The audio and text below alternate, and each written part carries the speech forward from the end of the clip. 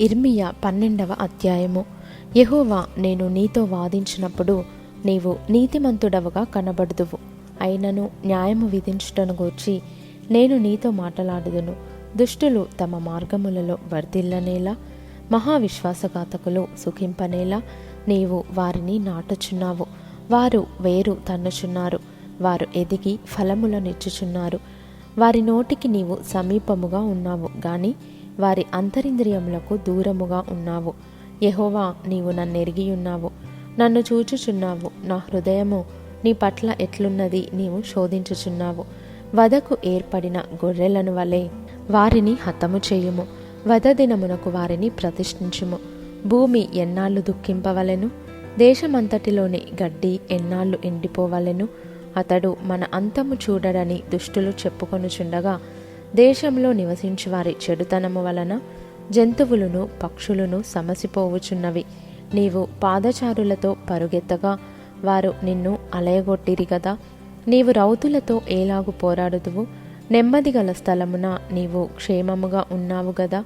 యొర్దాను ప్రవాహముగా వచ్చినప్పుడు నీవేమి చేయుదువు?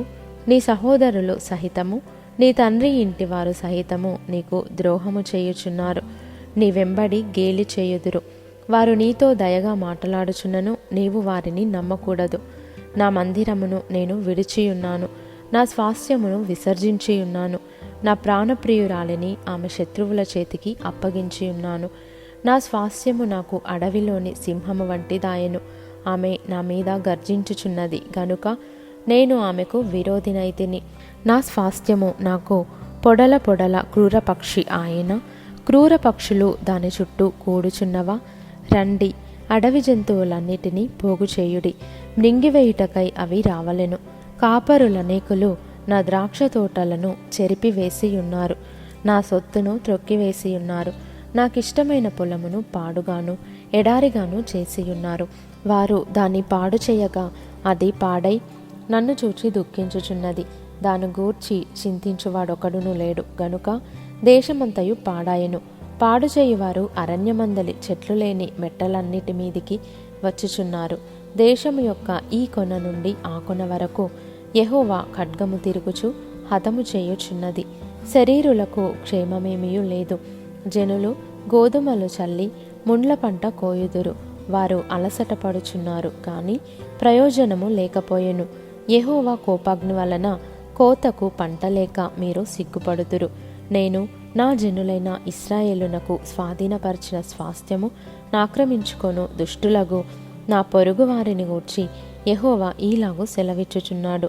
నేను వారి దేశంలో నుండి వారిని పెళ్లగింతును, మరియు వారి మధ్య నుండి యూదా వారిని పెళ్లగింతును. వారిని పెళ్లగించిన తరువాత నేను మరలా వారి ఎడల జాలిపడుదును.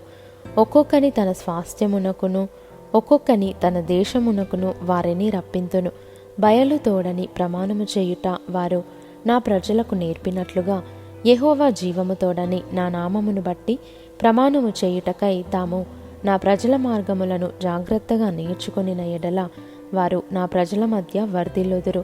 అయితే వారు నా మాట విననొల్లని ఎడల నేను ఆ జనమును వేరుతో పెళ్లగించి బొత్తిగా నాశనము చేతును. ఇదే యెహోవా వాక్కు.